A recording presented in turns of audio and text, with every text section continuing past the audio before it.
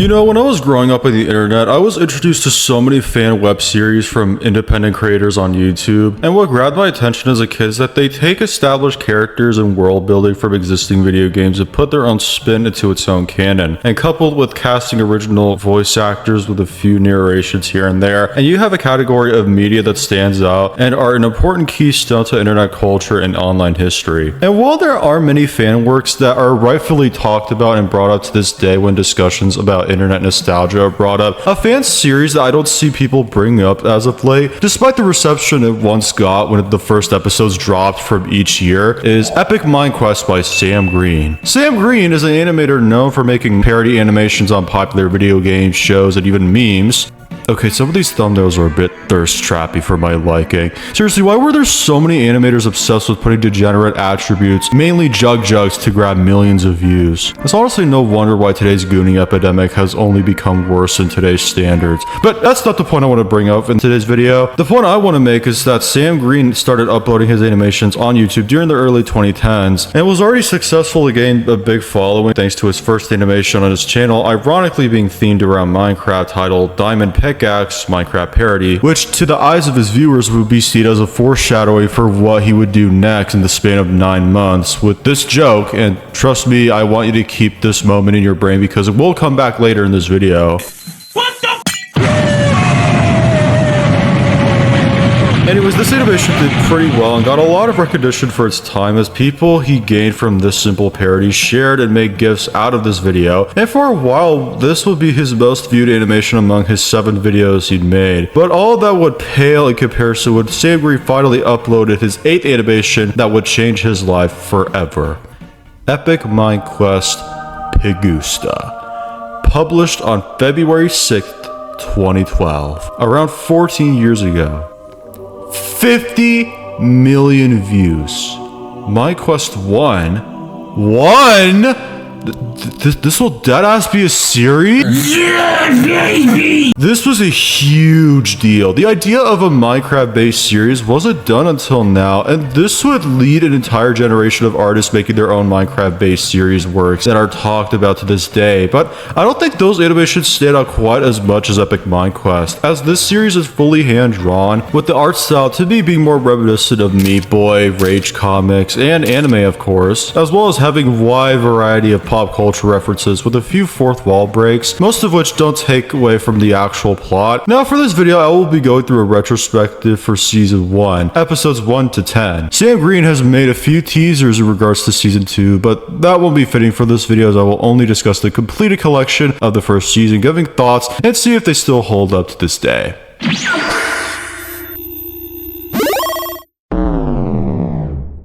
Epic Minequest 1. Pigusta starts off with Steve spawning in a fresh new world and is greeted by a few animals that he would immediately kill to feast. Then after noticing the sun coming down, he makes an immediate act on how to make a shelter before getting interrupted by an unexpected guest.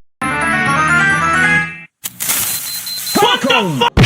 After trapping the creeper in a hole, his personality shifts, going from untrustworthy to seemingly optimistic and jolly, and Steve warms up to him after the creeper apologizes and both are getting ready to sleep, but not before they get interrupted, which Steve assumes was the creeper waking him up, until he decided to check outside, realizing it was an Enderman responsible for the noises earlier, ending off the episode with the creeper somehow getting up from the hole and... I'm not sure. Daddy, chill. What the So far, first impressions are positive. The plot for this episode is relatively simple, but our main character makes it so much fun to sit through. Steve is genuinely funny throughout the series. He is so awkward and weird in the best way possible, while also being real when needed to. And the creeper, or Fluffermuffins, trust me, there's a reason why his name is like this, while not getting as much screen time, is looking pretty interesting with being a misguided and innocent little fella despite what his outside impression might look like. Now, I do want to point out that in this version I'm showing on screen is a remaster that can be viewed in the compilation of the 10 episodes for Epic Minequest, in which the lighting is vastly different from the standalone, and this goes with all the earlier episodes as well. Not a complaint by any means, as I do prefer how the lighting looks so much more, as the standalone episode's original lighting looked pretty weird, but I just thought it was worth mentioning just to show how much Sam Green cares about going back and fixing aspects that he may not have been satisfied with originally. Another difference I've caught in the remaster is that the the music that plays at the beginning when Steve slaughters all the animals for food is completely different for how it was in the original. And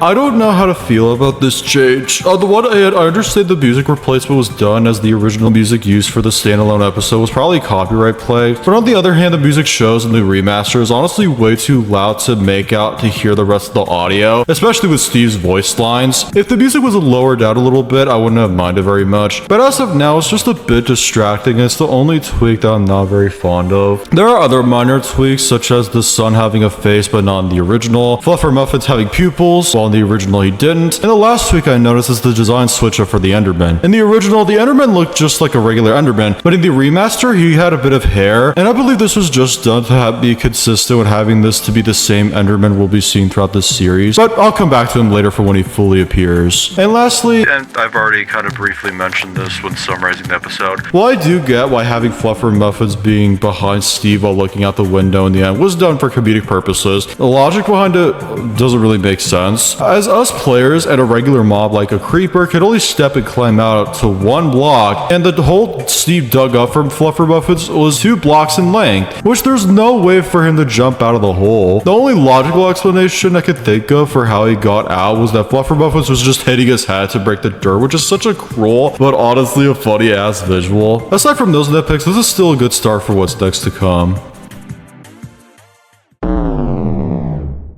Epic Minequest 2, Quest for Diamonds, starts off with Steve respawning in the middle of the night from the fiasco that was in the last episode, and he notices a skeleton, zombie, and spider all in one place, and Steve immediately begins to dig a hole and hide himself in hopes that they would get lost and go somewhere else. But the skeleton, whose name's Bones, pulls out a funny and fake themselves being on fire due to the sun coming out of the horizon. Steve checks out to see if they are lying or not, and immediately retreats and proceeds to wait until the very morning. A couple of hours go by, and Steve finally hears the mobs burning and is seeing them rotting to the ground. After catching some relief, he hears Fluffermuffins calling him, which Steve does not take kindly due to the explosion he had done in his home. Even after Fluffermuffins follows him, Steve insists to be alone without him. Fluffermuffins cries for a bit that he had been isolated, though not before he says, "Now who I'm gonna give the diamonds to," in which Steve finally warms up to him and decides to give him one last chance to prove Fluffermuffins is capable of being a competent henchman, though our green fella is going a bit cuckoo crazy, and it wouldn't take long before he pulls off another "Sorry, Master." What the?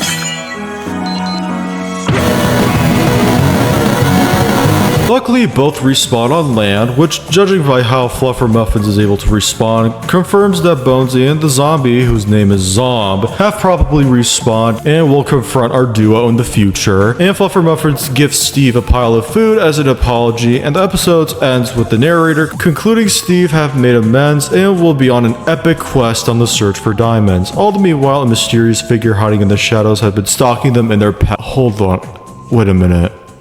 Is that how I think it is? Yeah, baby! This is a solid continuation from the first episode, and this episode does make Creeper a bit more interesting with his connections with diamonds, making us, the audience, think what is motivating Creeper to convince Steve about the diamonds. And this episode has given us 2 new characters, Zom and Bones, who, like Fluffermuffins, can talk and have fun personalities, although unlike Fluffermuffins, are definitely not friendly towards Steve and are out to get him with intent. Oh, and we can't forget about the cliffhanger of what is 100% Herobrine. The only real question is will we see more of him in future episodes? Only one way to find out.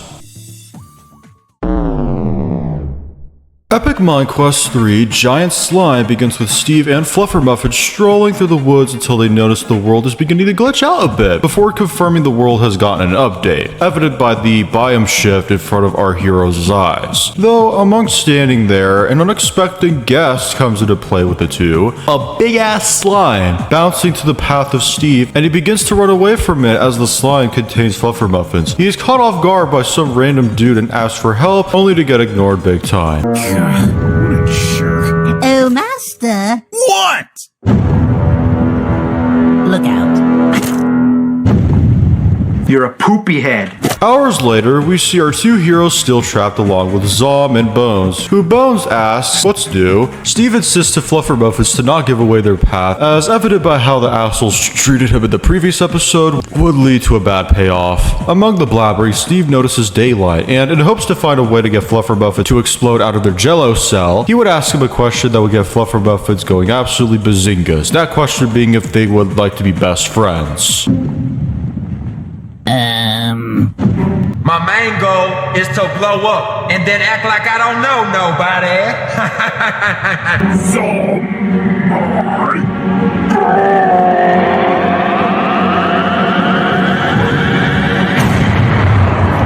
And just like that, Steve is free from the jello cell, and Fluffermuffins would respawn back, and the two would pick up a map the slime had inside. The map that has a path leading to a big fat X, in which Fluffermuffins believe that that's where the diamonds are. Speaking of the slime, a small portion of his remains would become alive and a baby slime would form, in which Fluffermuffins would name him Charles, and would befriend him immediately. Though not before Steve sees a frightening discovery of the same figure with glowing eyes. All the meanwhile, the same Enderman from the first episode teleports and steals the map from Steve's hand, making him dumbfounded after looking back to his hand and sees nothing. And the episode ends off with, I knew it! Herobrine, as the Enderman teleports back to him, informing him that they've gotten the map. I'll be honest, this episode wasn't as engaging as the first two, as not as much action has occurred here, aside from Steve running away from Big Charles. And this episode just had less humor aside from the facial expressions and the zombie god explosion. But the good news is Herobrine and the Enderman, who is named Enderbra, trust me, his name will make much more sense later on, I promise, I finally got to speak a little, and it seems like they have watched Steve's every move for some nasty little scheme that Herobrine's got planned out for himself. What does Herobrine want though is up for speculation, but we'll have to wait and see in the next episode. Speaking of which,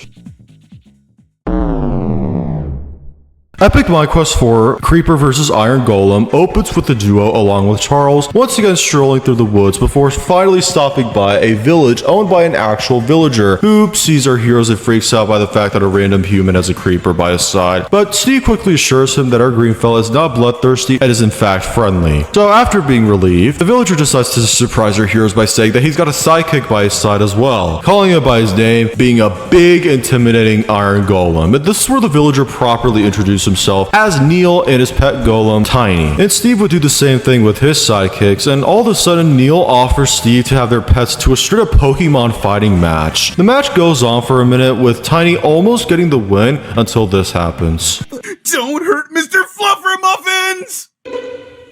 Mr. Fluffermuffins? Mr. Fluffermuffins? Fluffer what? Muffsies, brah. What the actual? Lazy! Yay! Just use self-destruct. Right.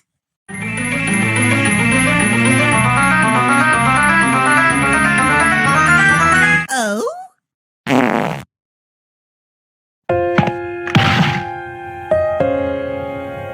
Spaghetti!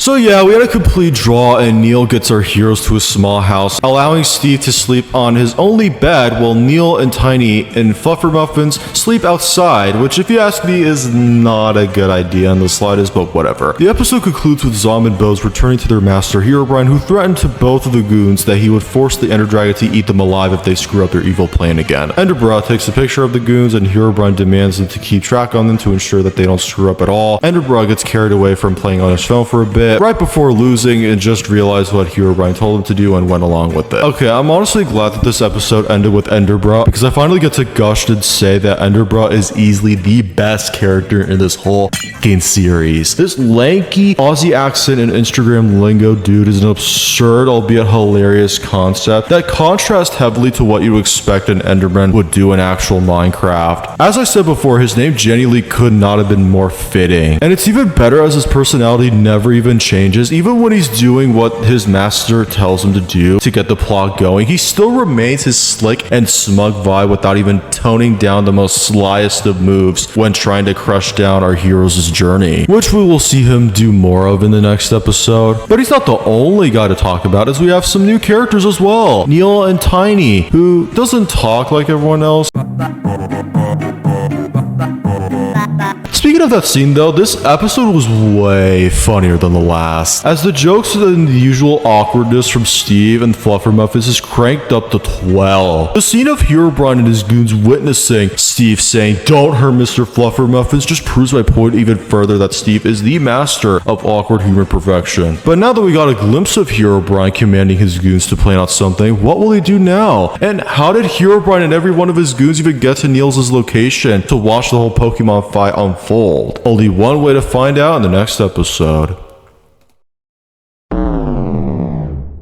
Okay, so this time we have an actual long episode here. The previous episodes range for around 2 minutes at minimum and 5 minutes at max. This episode is over 10 minutes, so we're going to be seeing a lot of content this time. Anyways, Epic Minequest 5 Steve meets Herobrine begins with where we left off of our main heroes sleeping at night while Fluffermuffins is the only one awake playing with Charles. Then Zom and Bones show up in jockey fashion, though only Bones came in with Clutch because Zom would quickly crush his chicken with his mass and...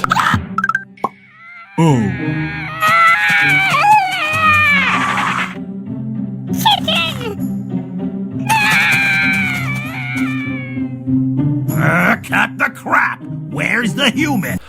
Bones' papyrus confirmed! Anyways, after failing to open the door, Bones suggests to Zom that it would be better for them to wait until morning in hopes that Steve will come out of the house and oh my god, is that a FNAF reference? Unfortunately for them, Fluffermuffins fakes on going berserk to scare them off, which the goons would retreat by running away, but then Enderbrook comes in to let them know Herobrine is furious with their existence. At least based on this text that sneaks in a really nice reference that I love a lot. But what I do have are a very particular set of skills. Skills I've acquired over a very long career. Skills that make me a nightmare for people like you.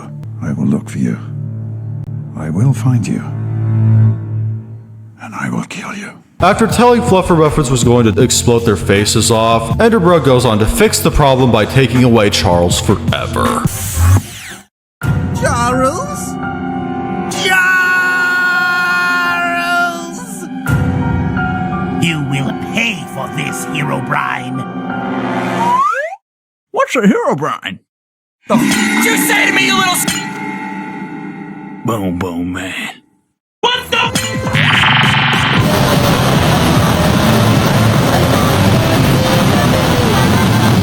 Oh, we also got a self-promotion of the animators. Nice! Anyways, after the whole fiasco, we get a dream sequence of Steve going in a dark lair and falling through hell, I think. And has come face to face with Herobrine standing with evil glee as he makes a point convincing Steve that the diamonds have been a total lie, and that Steve had been used this whole time and he'll figure out everything by tomorrow. The dream sequence ends with the Ender Dragon breathing fire to Steve's face as he wakes up relatively confused, but ultimately shrugs aside and gets ready to go out with his equipment. But shortly as he steps outside, Fluffermuffins tells him everything that happened last night.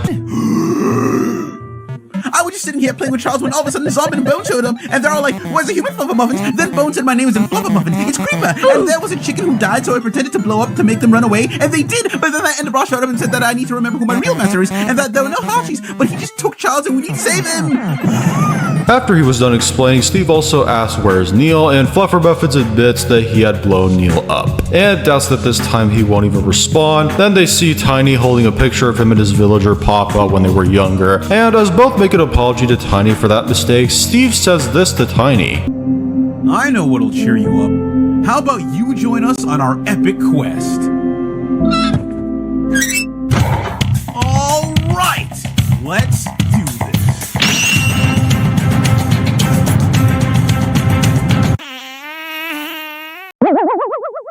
After that, we get our narrator informing us, the audience, the progress our heroes made since they've left Neil's house. Oh my god, that was a lot to unpack, but honestly it was necessary as we get a jam pack of important information. The most immediate thing to know is Fluffermuffins' knowledge on Herobrine and his goons that just confronted him. As a 9-year-old watching this for the first time, it was shocking to me that he was just talking to them casually, but it was more shocking that he set the line, "You will pay for this, Herobrine," because that quote had me thinking that Fluffermuffins Muffins was probably a minion to Herobrine in the past, but is now turning his complete back on him for his shenanigans after connecting with a better role model such as Steve and the lessons he had learned from joining him on this destination. And man, was the annihilation on Neil just chilling, because like that was just an old man. Old man Jenkins just asked who is Herobrine and got fatally turned into dust as a response, and it became sadder to think about the fact that Neil was the only parent figure Tiny ever had, and knowing he may not be able to respawn like everyone else. Now there's no new characters this time, which is ironic for an episode that is as long as this one, but honestly it didn't need to, as this gives the audience a bigger space to actually learn these pre-existing characters we come to know and have the audience get some answers while also creating some new questions for the next episode. Speaking of which, so Epic Minequest 6 is cut into two parts. The first part being in the form of a music video titled Ordinary People, which is a first for Sam Green, and then we get an actual episode for the second half titled Steve vs. Herobrine. Now, I'm not really going to go over this song very much, as it's just a slow montage of our heroes going through the fortress. A very calming song indeed, pretty inoffensive, but again, nothing to write home about. Okay, let's summarize the second part that we actually cared about. So, the second part, we finally see Steve and Herobrine confronting with each other on top of Charles's cage. On this confrontation, Herobrine introduces himself and admits that he is responsible for everything, but also lets Steve know that he couldn't have done all of this without Mr. Fluffer Muffins. Mr. Fluffer Muffins? Creeper, you knew about all this?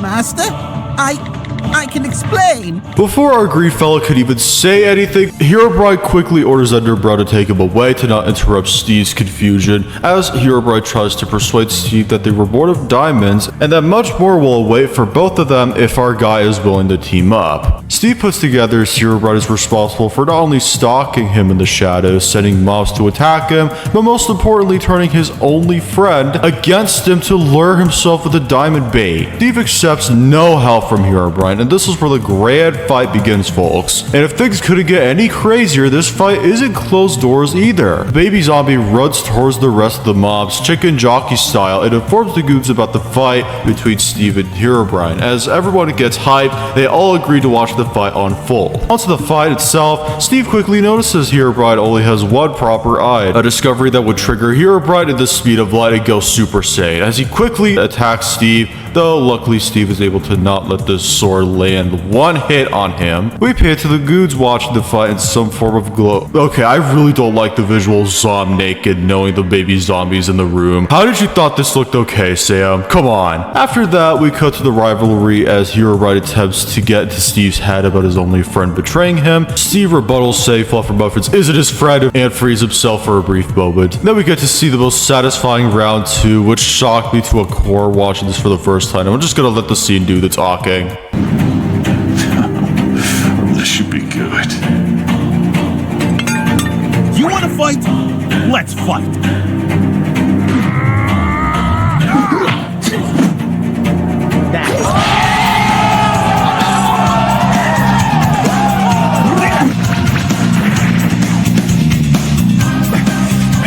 I gotta say, Steve, that was a pretty cheap shot. Damn! That all you got?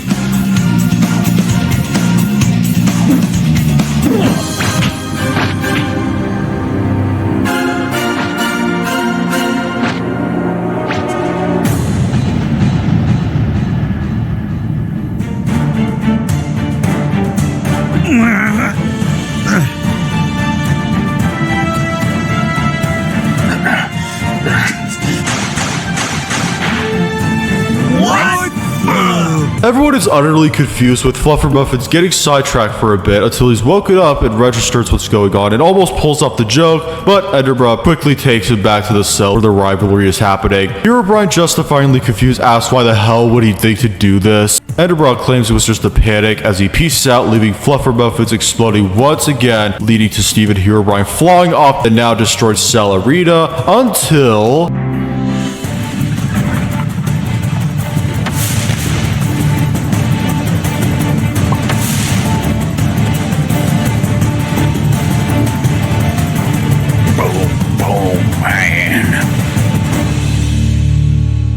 Now, before I give thoughts, I want to state that this ending didn't originally came with the part 2 of Epic Minequest 6. It was shown in a combined episode of 2 parts, and it was made as a bonus ending as a sneak peek. Back to giving thoughts now. Yeah, you're not alone on that pog face that you're doing right now, as that was the same reaction I was making when this episode came out. But yeah, this episode confirms that Neil somehow survived Fluffermuffin's explosion back at his house. Outside of that reveal, the second half of the episode was awesome.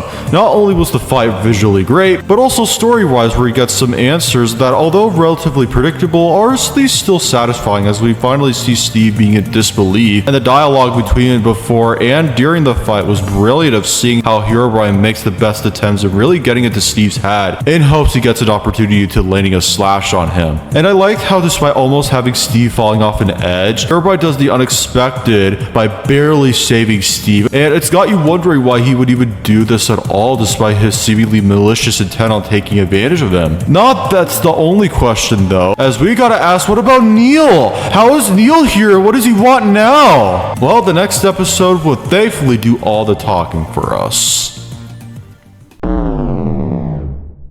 Epic Minequest 7, A New Evil, starts off during the bonus ending where we left off, and we got our 3 levitating from Neil's powers, and there doesn't seem to be any bloodthirsty beef between Steve and Herobrine from now on, but all 3 would get brought into a new layer where right in front of them is the old man Jenkins himself, all crooked and Thanos looking ass, the one responsible for giving Herobrine one of his eyes back. After registering his voice, Steve puts together that yes, Neil's in fact alive, and questions how he even survived, and it would also ask if he and Herobrine were working together this whole time. Neil doesn't give the first question an answer, at least for now on, but he does answer the second question that Neil and Herobrine go way back and was the one to instruct Herobrine to do all the work conducting the diamond bait he tried to pull. Steve also asks what happened to Charles, and Neil says that thanks to the explosion that occurred on top of the cell where Charles sat, his cage was wrecked into pieces and has fallen into the nether, and uses this biome as an excuse to force the 3 to collect something far more valuable than diamonds, that being netherite. He gives our trio a map as well as some equipment to protect themselves from the future havoc that awaits them down there. After getting all the equipment they need, they get teleported to a levitating platform, and they see Tiny in the distance, who had been waiting for a good period as he couldn't go along with Steve and Fluffermuffins. And Steve lets Tiny know that his papa is alive, albeit in a up condition, both physically and mentally. And Steve makes a pop culture reference, and I'm gonna just let the whole clip play for itself. You know, he kind of looks like that guy from the Avengers movies. What's his face? Red Skull. That's it! Red Skull! Red Skull mixed with Thanos. Ew. That chin gets me every time! What's the matter, big guy? If you're all quite done making fun of my face, I've been listening this whole time. You best be on your way. Bruh.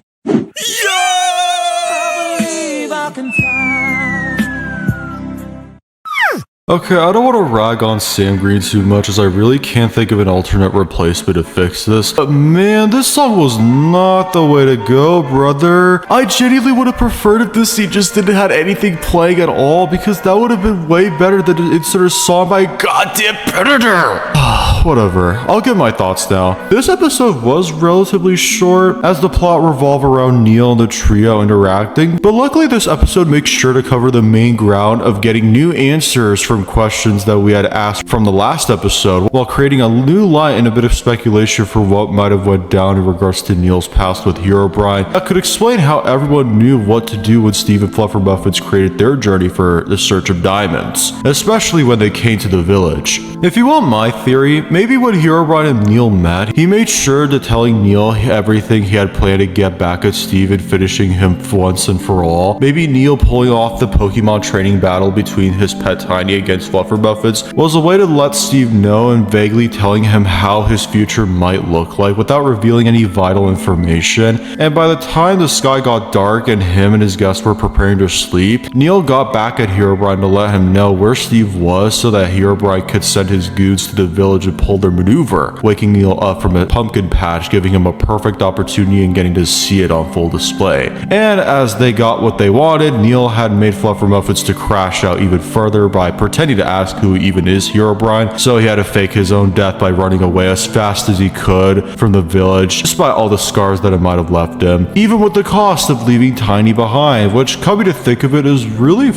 up to do. This makes the visual of Tiny holding the picture of him and Neil when he was a fetus back in episode 5 makes it so much worse. When painting a contrast of personality we see of Kurt and Neil, it pictures Tiny look more like he was a misguided adopted golem child that was raised by a foster parent who really didn't care about anything but his ego that he had hid from everyone else, which I find interesting as this also kind of parallels with Fluffermuffin's relationship with Herobrine, who was once his former master, once followed along with what the glow-eyed menace ordered him to do until he ran into Steve and his different outlook on the world, making Fluffermuffins realize how wrong Herobrine truly was. It is such an interesting parallel that I haven't seen people that are fans of this series make theories about until now, at least. Straying away from the themes, one thing I've neglected to bring up because I wanted to bring in this episode now that we got Neil's new look, I want to share my thoughts on the redesigns of Herobrine and Neil. Starting with Herobrine, I'm a bit conflicted on it, honestly. I think him having one working normal eye and the other empty glowing eye is really cool, especially in context with the story, but the emo seed hairstyle is way too cringy to me. It also doesn't help that he has a scar on his glowing eye, making the emo look even more weirder and out of place. But hey, at least this voice is pretty badass. Neil surprisingly has the opposite problem, where his voice honestly doesn't really do it for me. I honestly would have preferred if his voice was more like Wilson's from Benny and the Dark Revival, where he had this ravelly voice that sounded really threatening, but that's not really present here and it makes him a little less intimidating. But I do think his evil design looks far better and natural here for a villain. No emo attributes like Herobrine's. It's honestly a tie for me which one pulls off the villainy vibes the best. Let me know which one of these two assholes you like the most. I'm genuinely interested to hear in the comments. Anyways, I've been going on with this segment enough, so let's move on.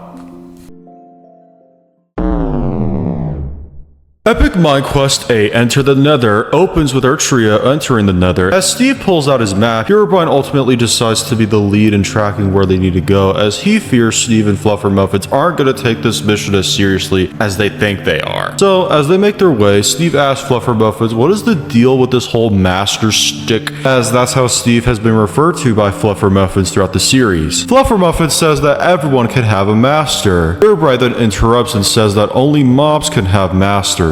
After joking around for a bit, they stumbled in another fortress with many piglin guards, including a stormtrooper and Ugandan Knuckles. Sam, you really need to tone down these references. I think they're getting out of hand. Anyway, Herobrine plans for the trio just to make a run for it, and they barely made it through. As they make their way through the fortress, Steve and Fluffermuffins are just in awe of their new discovery on this biome. Steve asks a question to Herobrine of how does he even know so much of the Nether. We get a flashback of Herobrine sneaking into the fortress as a kid, stealing goodies from the loots, before getting caught red-handed and was thrown and locked away for a long time. Cutting back to current Herobrine not wanting to think about his trauma and just abruptly cuts Steve off. It doesn't even give him an answer. As they get into the entrance, they are greeted by two piglin guards that 100% knows our trio does not even have ID. So Herobrine pulls out the gold bait by throwing them into the f***ing lava, and I'll just let the scene speak for itself.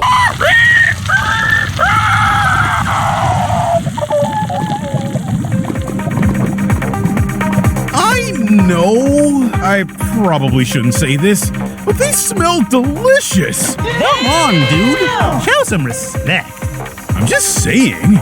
The episode then ends with a new big bad brute who will become a big deal in the next episode. Okay, this episode was honestly not as lore heavy as the last two, but it was able to sneak in at least one bomb drop on Herobrine's knowledge with the Nether due to the trauma that he endured of being locked away from the mobs in the fortress, which creates this idea that Herobrine may not have always been as ruthless as he is now, which does make him a much more tragic character than we thought. And you could see why he's not willing to share his past issues that he had never never gotten resolved, specifically towards Steve, who still has a lot to learn about this biome that he had never seen before. Aside from that though, this episode was really funny this time. Past this point, you may have noticed that there hasn't been as much humor in these past episodes, and it's mainly due to the important story beats that I'm sure Sam cared to pour his time in telling over any form of comedy, which I can't blame. For episodes 5 to 7, the pacing definitely needed to slow down for the audience to digest important information to us to connect the story. But for this episode, it was refreshing to see the humor come back this time. Steve and Fluffermuffins teasing Herobrine is gold, and some pop culture references were pretty funny. The funniest being Steve pulling off a Magusta on his face and Herobrine baiting the Piglin ID cards to commit suicide in the lava, followed by Steve's thirst for bacon, which I'm gonna have to be with Fluffermuffins on this one. Was totally uncalled for, but the most revealing of them all is this Jabba the Hutt looking ass fella. Like, who is this lad? Well, there's only one way to find out in the next episode.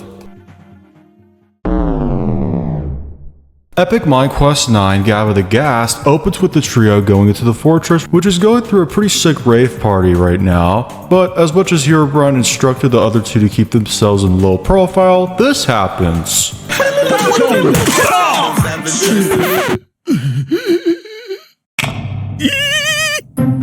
Boots, cats, boots, cats, boots, cats. Oh! Is this your idea of a low profile? What did you expect me to do? He had his sausage fingers all up in my grill!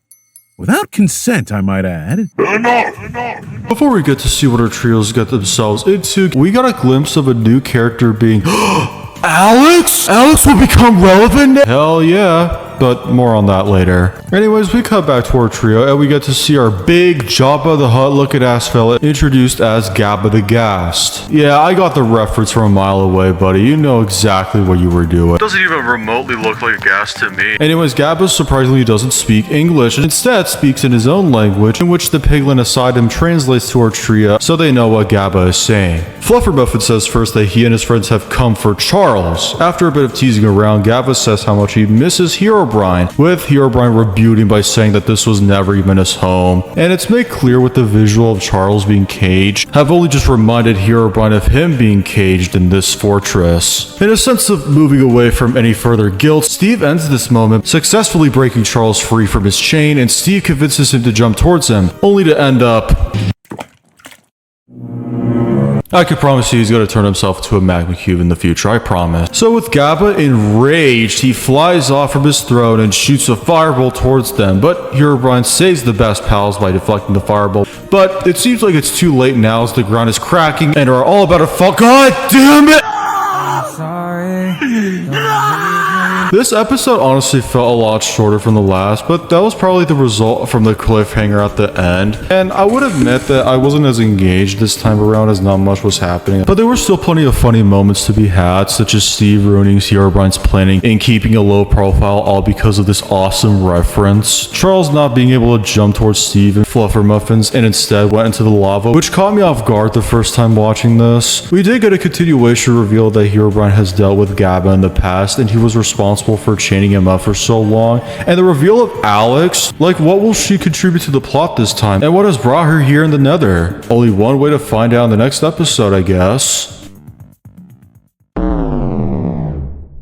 Epic Minequest 10 Gabba Defeated plays exactly where we left off. Our heroes are about to fall, but luckily all three will be saved by Alex, who Gabba in sheer rage notices and shoots a fireball. Alex deflects it to the roof, successfully getting the blocks to fall into his dismay and fall into the lava where he belongs. With his remains floating on lava, and Herobrine being glad that his biggest foe is gone, he looks down and notices Steve falling in love with Alex. It's so f***ing awesome to have a forced romance scene at every media ever. Am I right, fella? The third scene will get cut after Alex has noticed the chest falling into the lava, and it's here where Alex decides to sacrifice the guys while getting the loot for his cell. But luckily the heroes didn't die as they landed on a Strider with Tiny riding it, which is absolutely adorable. And both Steve and Fluffermuffins are very excited to see him again, and more teasing on Herobrine by calling him Briny, which makes him snap in real time, and Fluffermuffins breaks up Alex, and Steve comes back to remembering her as he continues to gush towards her, ending the punchline with Alex being on a rider as well. And through these interactions, it's made clear that Alex and Herobrine know each other, something that he would clarify to Steve, and Alex shows her chest that she has brought and reveals is that? Netherite. It does exist. Does that mean you're working for Neil too? Neil? You're not still hanging around that loser, are you, Briny? Duh. He still owes me an eye. And don't call me Barney. Why don't you just get an eye patch? You could be a pirate! I am not a pirate. I don't know. Stealing treasure, striding through lava, treasure maps. Maybe we're all pirates. Where's your buccaneers? Under me bucking hat.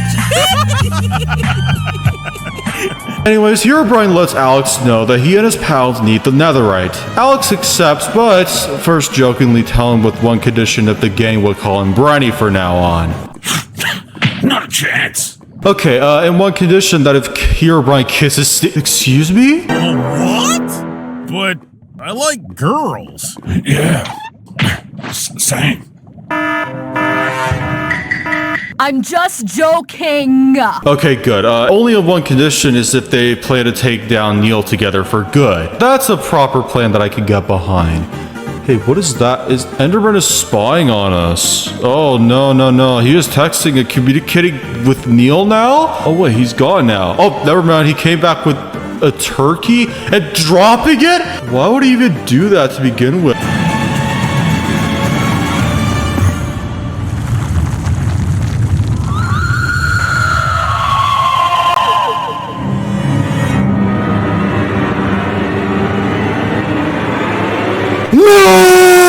So this episode had a lot to unpack. So the first things first was, my god, this episode was really funny. The jokes here are on point. Steve falling in love with Alex is gold. And damn, that One Piece reference had my soul leaving my body for a second. Even funnier bit was by far Alex messing with both the humans with the ideal Steve X Herobrine. Just caught me so off guard. But on the real though, I did like how this episode establishes that Herobrine and Alex have known each other in the past and are disgusted with Neil's existence, hence why they want to take him out. But to their dismay, as Enderbra was literally spying on their asses, makes their planning public to Neil, who upon learning others to do a troll on them by bringing Gabba the Gas back with a single turkey and bringing back his proper gas look on how we Minecraft gamers know them as. The only thing I'm a bit disappointed by was that the fight between our heroes against Gabba wasn't really a fight. It just really played to me as a big brute shooting fireballs twice and the heroes deflecting them, one of the deflections being a direct cause for the room to collapse Gabba into the lava. It just feels kind of like lazy writing when pairing this fight with Steve and Herobrine's during episode 6. Also, this doesn't necessarily apply to anything in the episode itself, but I also think it would have been better if the episodes 9 and 10 would have been compiled into one.